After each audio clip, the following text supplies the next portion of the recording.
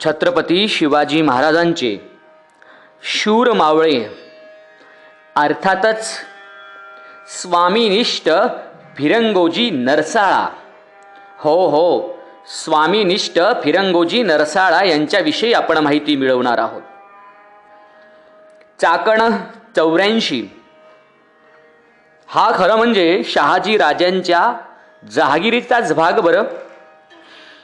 पुणे, इंदापूर, चाकण आणि सुपे या भागाची शहाजी राजांना जहागिरी होती.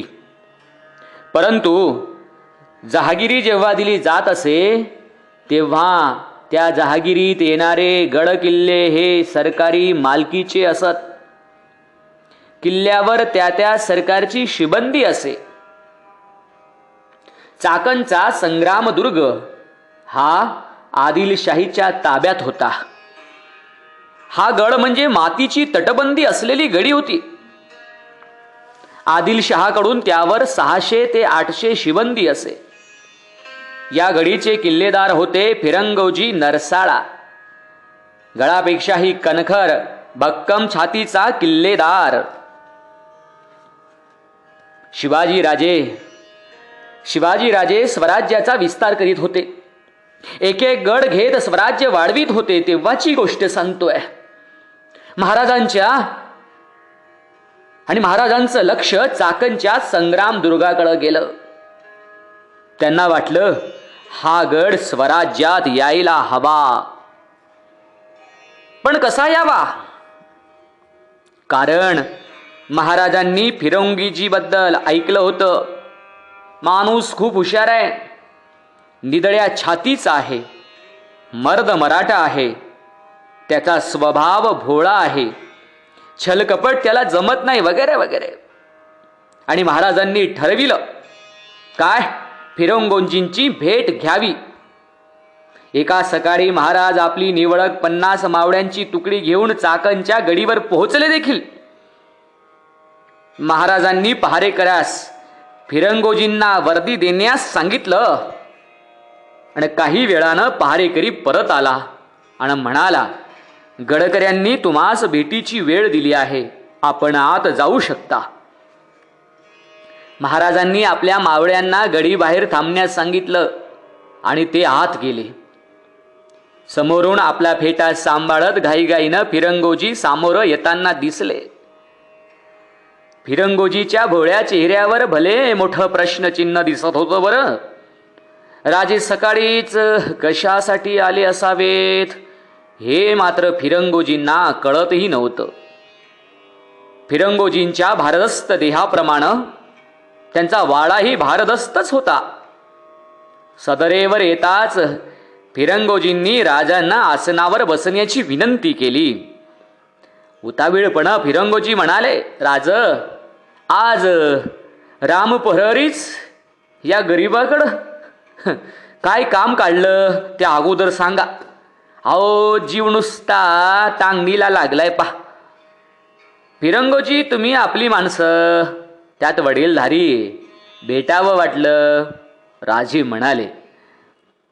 फिरंगोजींना काही बोध होईना. ते म्हणाले, हे राजे, आम्ही साधी बोळी माणसं, आम्हाला तुमची ही राजकारणी भाषा समजत नाही. काही दगा फटका करायचा विचार असेल तर जमणार नाही, सांगून ठेवतो. फिरंगोजींची अवस्था पाहून महाराजांना हसू येत होतं. ते म्हणाले, फिरंगोजी, विश्वास ठेवा, आम्ही आपल्या भेटीस आलो आहोत आणि आम्ही भेटीस जातो तेव्हा दगा फटक्याचा विचारही आम्हाला शिवत नाही. राजांच्या बोलण्यावर अविश्वास दाखवत फिरंगोजी म्हणाले, राजे, अहो राजे, आमच्या डोईचे केस पांढर झाले, उगाच नाही. आम्ही इकडं चाकणाच असलो तरी आमचं लक्ष तुमच्याकडं असतं. सुप्याच्या मोहित्याकडं तुम्ही सण मागायला गेला आणि त्याची गडी घेतली सा. अहो, पुरंदरावर सांत्वनासाठी गेला सा आणि काय केला, निळकंठरावांच्या मुलांना अटक केलीत. तेव्हा काय समजायचं आम्ही इकडे येण्याचं कारण आज? फिरंगोजींची शंका त्यांनी बोलून दाखवली. महाराजही गंभीर झाले आणि म्हणाले, फिरंगोजी, तुमच्या शंका रास्त आहेत. ऐका तर. अहो सुप्याचे मोहिते आमचे सावत्र मामा, थोरल्या महाराजांची मेहुणे, त्यांना सुप्याचा कारभार सांगितला. तो त्यांनी न्यायानं करावा यासाठी ना. पण मामासाहेब रयतेवर अन्याय करीत होते. मामासाहेब भ्रष्ट होते. त्यांच्या विरुद्ध अनेक तक्रारी महाराजांसाहेबांकडे गेल्या होत्या. आता मोहिने मेहुणे असल्यानं आबासाहेबांना काही करणं कठीण होतं.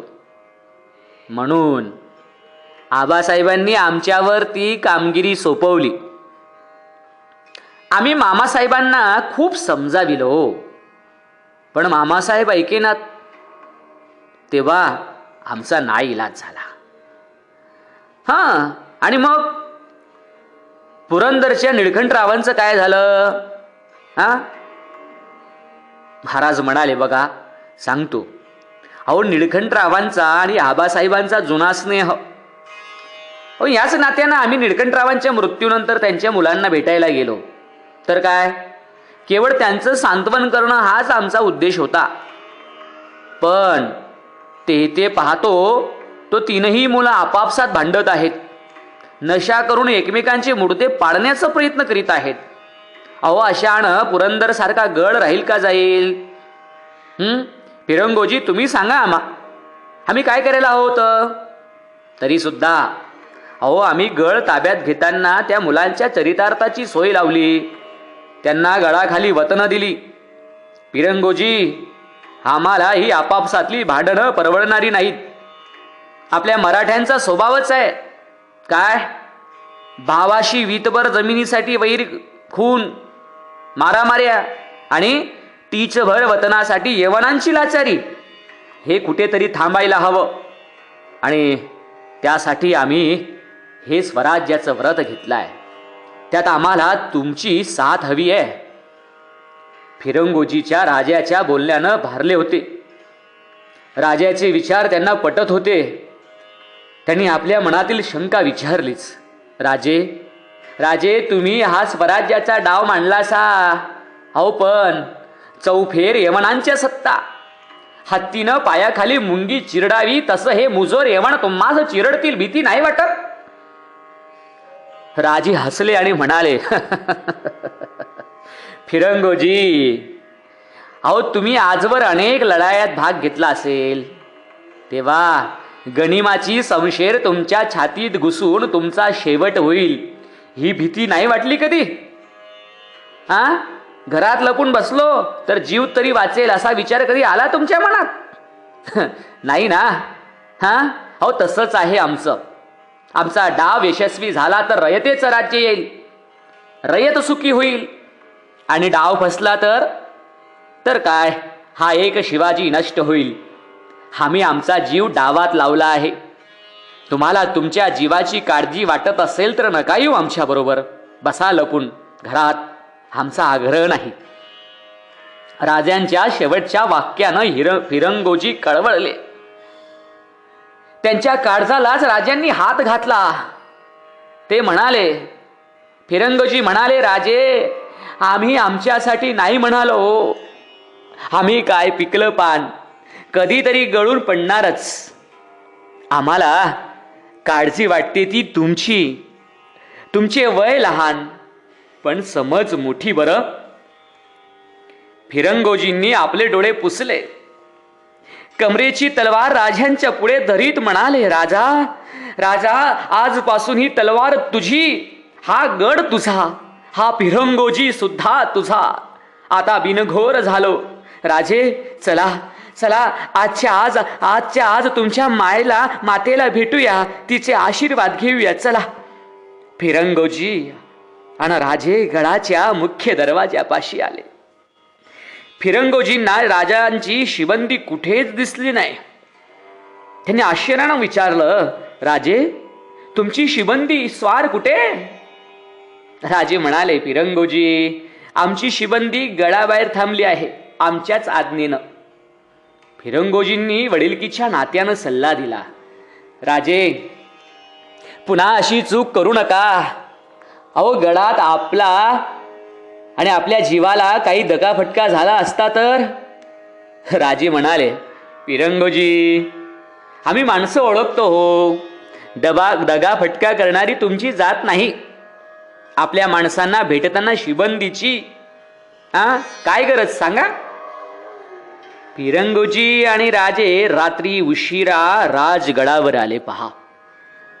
त्यांनी मासाहेबांची भेट घेतली. फिरंगोजी स्वराज्यात आल्यानं मासाहेबांनाही आनंद झाला. फिरंगोजींनी मासाहेबांना मुजरा केला. तेव्हा राजांनाही मुजरा केला आणि म्हणाले, राजे, सकाळी तुम्ही आमच्या गडावर आलात तेव्हा मुजरा करायला राहून गेला होता.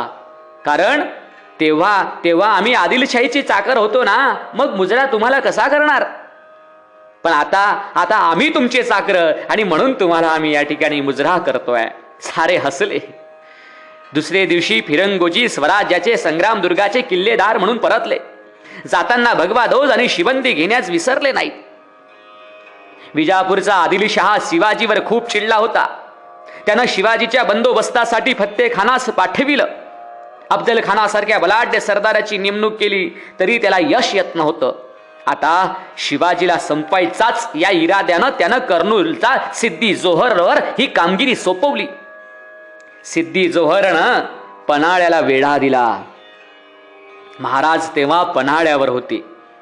सिद्दी जोहरच्या 40,000 फौजेच्या वेढ्यात महाराज पुरते अडकले होते.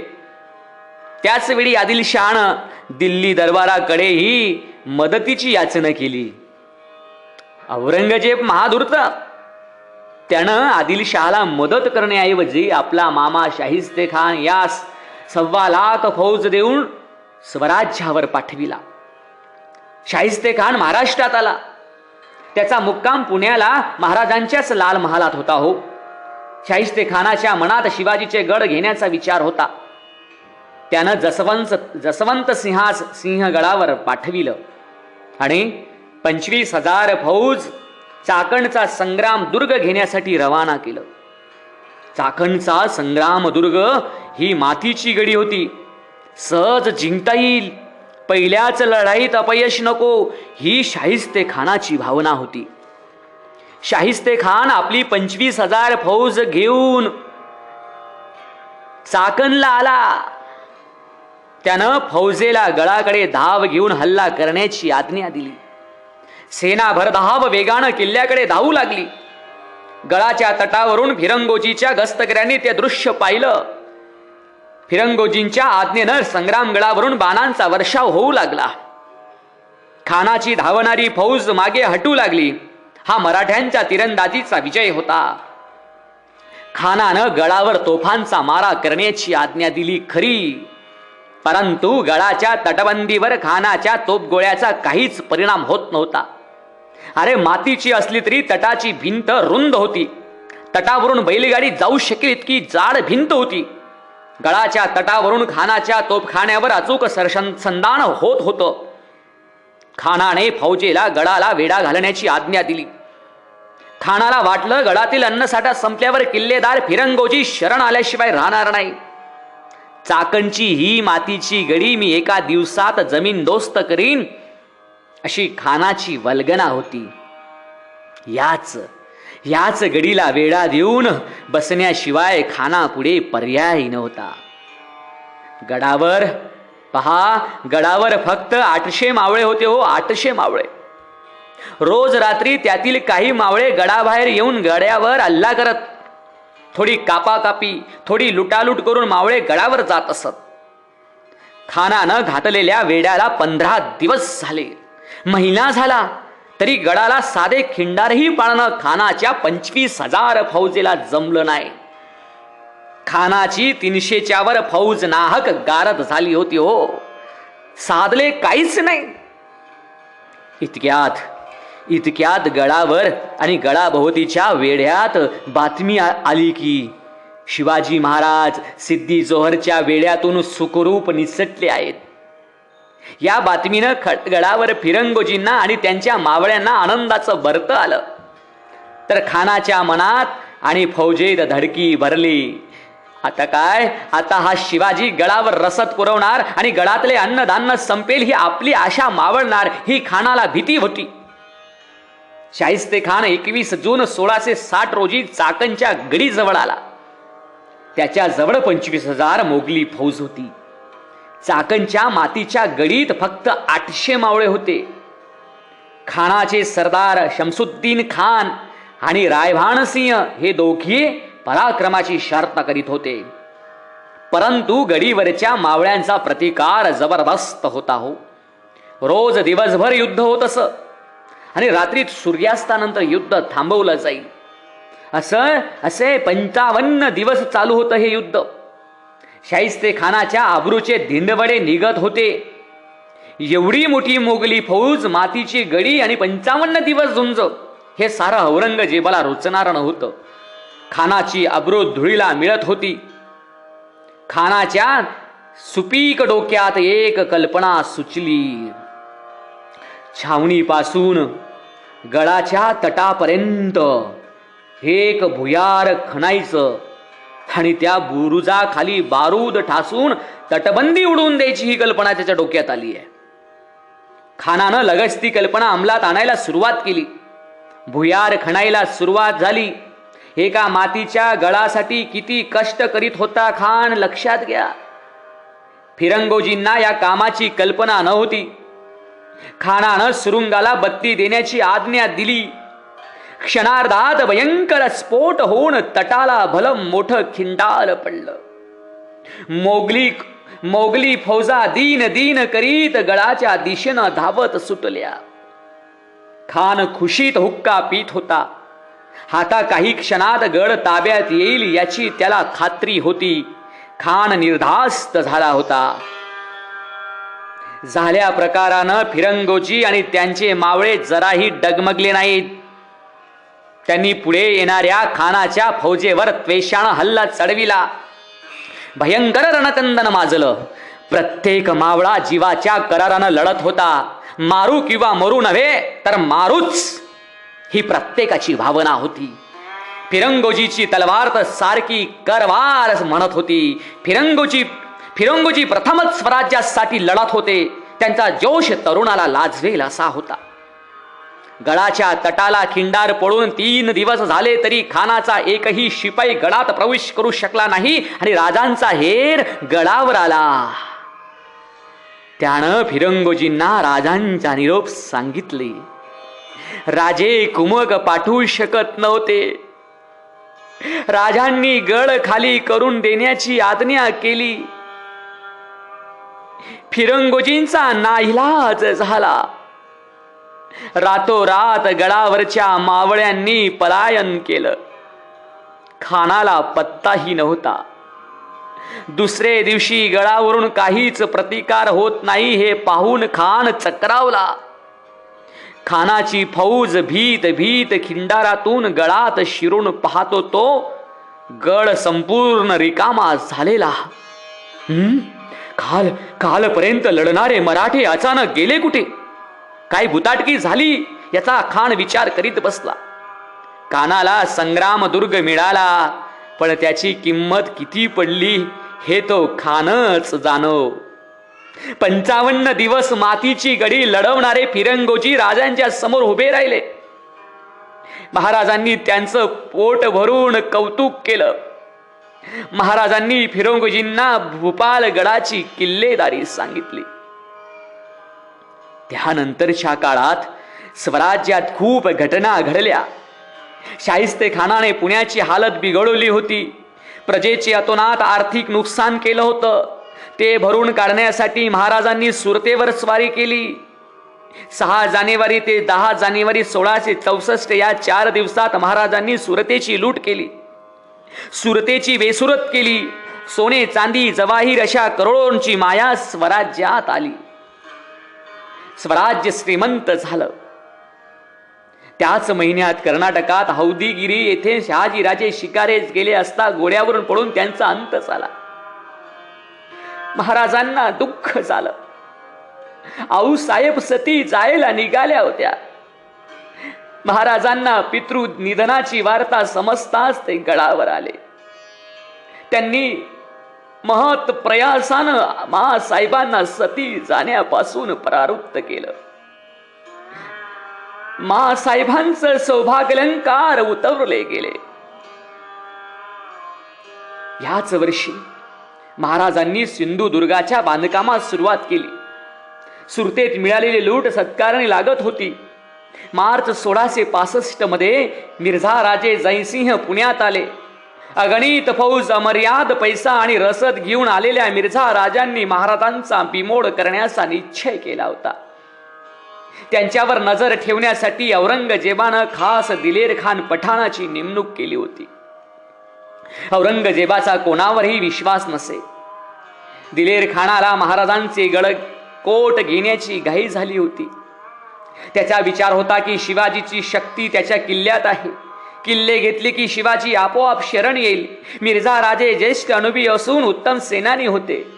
त्यांना माणसांची पारखही उत्तम होती. त्यांचं म्हणणं होतं की शिवाजीचे गडगोट घेत बसलो तर हा जन्मही पुरणार नाही. अरे वेळेचा आणि पैशांचा अपव्यय होईल. त्यापेक्षा त्याचा मोकळा प्रदेश घेतला. त्याच्या रयतेचे हाल होऊ लागले की तो शरण येईल. आणि ते खरंही होतं. महाराजांचं त्यांच्या रयतेवर अतोनात प्रेम होतं. अतोनात प्रेम. रयतेचे हाल त्यांनी सहन केले नसते. अखेर दोघात समझोता होऊन दिलेर खानानं पुरंदरला वेढा घातला आणि मिर्झा राजांनी महाराजांच्या मोकळ्या प्रदेशाकडे लक्ष दिलं. पुरंदरचे किल्लेदार मुरारबाजी देशपांडे होते. पुरंदरच्या शेजारी वज्रगड होता. वज्रगड ही पुरंदरची ताकद होती. जोवर वज्रगड झुंजत राहील तोवर पुरंदरच्या तटाचा एक चिराही निखरणार नाही. पण वज्रगड पडला तर वज्रगडावरून केलेल्या माऱ्यांपुढे पुरंदर टिकाव धरू शकणार नाही अशी परिस्थिती होती. पुरंदर जिंकणं हा दिलेर खानाच्या इज्जतीचा सवाल होता. त्यानं आपलं लक्ष वज्रगडावर लक्ष केंद्रित केलं. वज्रगडानं प्राणपणानं झुंजण्याचा प्रयत्न केला. परंतु अखेर दिलेर खानाला यश आलं. वज्रगड पडला आणि पुरंदरचं अस्तित्वच धोक्यात आलं. मुरारजींनी आपल्या 700 मावळ्यांना घेऊन मोगली फौजेवर सुलतान ढावा केला. त्यात अतुल शौर्य गाजवून मुरारबाजी पडले. मुरारबाजी पडले तरी पुरंदर झुंजत होता. हो, पुरंदर झुंजत होता. एकूण परिस्थितीचा अंदाज घेऊन महाराजांनी मिर्झा राजांशी तहाच बोलणं लावलं आणि 13 जून 1665 रोजी पुरंदरचा तह चाला. या तहात महाराजांना आपले 23 किल्ले आणि 16 लक्ष रुपये उत्पन्नाचा प्रदेश मिर्झा राजांना द्यावा लागला. महाराजांकडे फक्त 12 किल्ले आणि 4 लक्ष रुपये उत्पन्नाचा प्रदेश राहिला. संभाजी राजांना मोगलांकडून 5000 स्वारांची मनसब मिळाली. याशिवाय 40 लक्ष रुपये खंडणी हप्त्यानं देण्याचं मान्य करावं लागलं. संभाजी राजे मोगलांचे सरदार झाले आणि महाराजांना मोगलांच्या दक्षिणेतील सुभेदाराच्या आज्ञेत राहावं लागलं. हा तह महाराजांच्या जिव्हाग्री लागला. पुरंदरच्या तहानंतर मिर्झा राजांनी विजापूरवर स्वारी करण्याचं ठरवलं. त्या स्वारीसाठी मिर्झा राजांनी महाराजांना त्यांच्या फौजेसह गुंतवलं खरं, परंतु या स्वारीत विजापूरच्या फौजेनं अतुल पराक्रम केला आणि मोगली फौजेचा पराभव केला. दिलेर खानानं त्या पराजयाचे खापर महाराजांवर फोडलं. तो महाराजांच्या जीवावरच उठला. महाराजांनी मिर्झा राजांना सांगून स्वतंत्र पणाची मोहीम स्वीकारली. परंतु दुर्दैवानं महाराजांना याही मोहिमेत अपयश आलं. सरनौबत नेताजी पालकळ वेळेवर पन्हाळ्यावर पोहोचू शकले नाहीत. महाराजांनी नेताजीस बडतर्फ केलं. नेताजी आदिलशाहीस मिळाले. कोणी म्हणतात ही महाराजांची चाल होती. विजापूरकरांना बळ देण्यासाठीच महाराजांनी ही चाल खेळली असाही प्रवाद आहे. खरं खोटे इतिहास जाणो, जो इतिहास अबोल आहे. मिर्झा राजांनी महाराजांना औरंगजेबास भेटविण्याचा चंगच बांधला. 12 मे 1666 रोजी औरंगजेबाचा वाढदिवस होता. त्याच दिवशी त्याचा राज्यारोहण समारंभ होता. या समारंभास महाराजांनी हजर राहावं असा मिर्झा राजांचा आग्रह होता. मिर्झा राजांच्या आग्रहामुळे महाराज आग्र्याला गेले. तेथेच त्यांचे अनेक अपमान झाले. महाराजांनी भर दरबारात आवाज उठविताच त्यांना कैद झाली. पुढे महाराजांनी युक्तीने आपली सुटकाही करून घेतली. 3 ऑक्टोबरला महाराजांनी सुरतेवर दुसरी स्वारी केली. पुन्हा प्रचंड लूट मिळाली. त्यानंतर 6 जून 1674 रोजी महाराजांचा राज्याभिषेक झाला. महाराज छत्रपती झाले. पुढे महाराज कर्नाटक स्वारीवर निघाले. महाराज आणि संभाजीराजे यांच्यात मतभेद वाद निर्माण झाले आणि चिडून संभाजीराजे मोगलांना मिळाले. संभाजीराजे दिलेर खानाच्या छावणीत दाखल झाले. दिलेर खानानं संभाजीराजांचा चांगला उपयोग करून घेतला. त्यानं संभाजीराजास पुढे करून स्वराज्यातील किल्ल्यांवर हल्ला केला. असाच एक किल्ला दिलेर खानानं निवडला. तो होता भूपाळगड. कारण भूपाळगड महाराजांचा भक्कम गड होता. त्या गडाविषयी 91 कलमी बखरीत म्हटलाय. शिवरायांनी मांजऱ्यानजीक बहुत पर्वतात एक किल्ला बहुत मजबूत व फारच पक्का बांधून त्या किल्ल्याचं नाव भूपाळगड असं ठेवून आपल्या आधारास जागा केली होती. दिलेर खानानं संभाजीराजास पुढे करून गडावर हल्ला केला. अरे भूपाळगड जसा मजबूत होता त्यापेक्षा जास्त मजबूत त्या गडाचे किल्लेदार फिरंगोची नरसाळा होते. एरवी भूपाळगडानं दिलेर खानाला दीर्घकाळ रडविलं असतं. परंतु संभाजी महाराज फौजेच्या बिनीला असल्यानं फिरंगोजींचे मन गडावरून तोफगोळे उडविण्यास दजत नव्हते. फिरंगोजी महाराजांच्या वाड्यात येत जात असत. संभाजी राजांना त्यांनी अंगा खांद्यावर खेळवलं होतं हो. आता त्याच पोरावर तोफांनी बत्ती द्यावी त्या वृद्ध किल्लेदारास धीर होत नव्हता.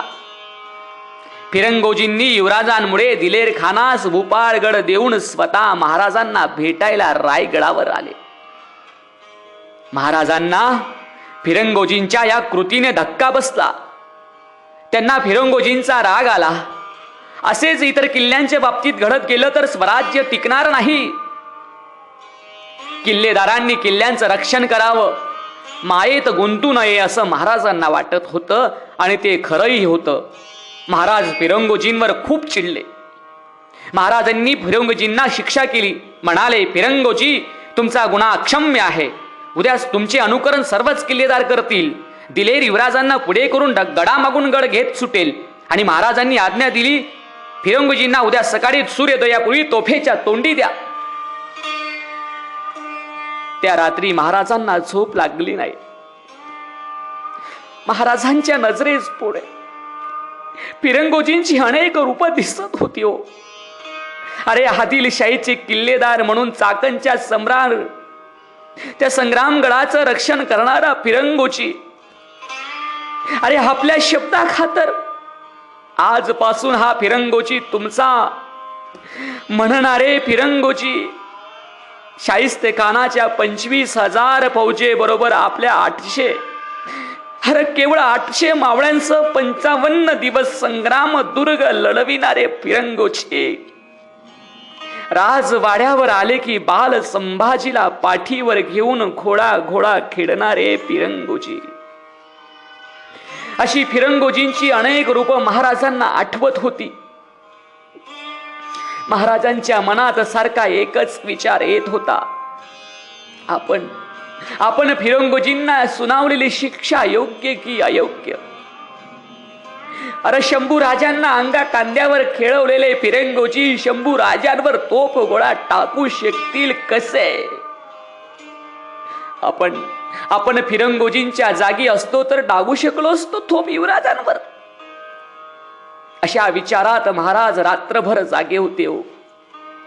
पहाट झाली. गडावर पक्ष्यांचा किलबिलाट ऐकू येत होता. टकमक टोकाकडे लोकांची वर्दळ ऐकू येत होती. फिरंगोजींवर महाराज रागावले. फिरंगोजींना शिक्षा झाली. सर्वांच्या चेहऱ्यावर आश्चर्याचा भाव होता. डोळ्यात अश्रू होते. फिरंगोजींना टकमक टोकाजवळ आणण्यात आलं. महाराज शयनगृहातून धावत सुटले. महाराजांचे केस मोकळे होते, डोक्यावर काही घालायचंही भान महाराजांना नव्हतं. थांबा थांबा थांबा असं ओरडत महाराज टकमक टोकाकडे धावत होते. कसे बसे महाराज टकमक टोकाकडे पोहोचले आणि जीवाच्या आकांतानं ओरडले, अरे थांबा थांबा, सोडा फिरंगोजींना, सोडा फिरंगोजींना, सोडा. फिरंगोजींना सोडण्यात आलं. महाराजांनी फिरंगोजींना मिठीत घेतलं. फिरंगोजी म्हणाले, राजे कशा पायी एवढं कष्ट घेतलं या फिरंगोजीला वाचवायला. राजे आम्ही पिकलं पान कधीतरी गळून पडणारच.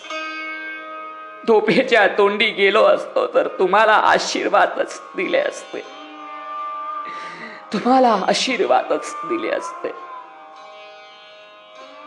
स्वराज्याच्या कामी अशा एकाहून एक मावळ्यांचा पराक्रम मंडळी आपल्या सगळ्यांना प्रेरणा देतो. पण कधीतरी त्या ठिकाणी कर्तव्यामुळे कठोर निर्णयही त्या ठिकाणी घ्यावे लागतात. पण फिरंगोजींच्या बाबतीतला निर्णय, महाराजांनी दिलेली शिक्षा जर कदाचित त्या ठिकाणी खरी ठरली असती आणि थोडा वेळ त्या टकमक गडाकडे पोचायला वेळ लागली असती तर कदाचित आयुष्यभर महाराज स्वतःला माफ करू शकले नसते. दोघांच्याही डोळ्यांमध्ये अनंत अश्रू होते. परिस्थिती विपरीत होती, पण अशा विपरीत परिस्थितीतही आपली माणसं जपणारा राजा तेवढाच ग्रेट आहे आणि त्याचे मावळेही तेवढेच स्वामीनिष्ठ आहेत. अशा फिरंगोजी नरसाळा यालाही माझा मानाचा मुजरा. धन्यवाद. प्राध्यापक गणेश पाटील.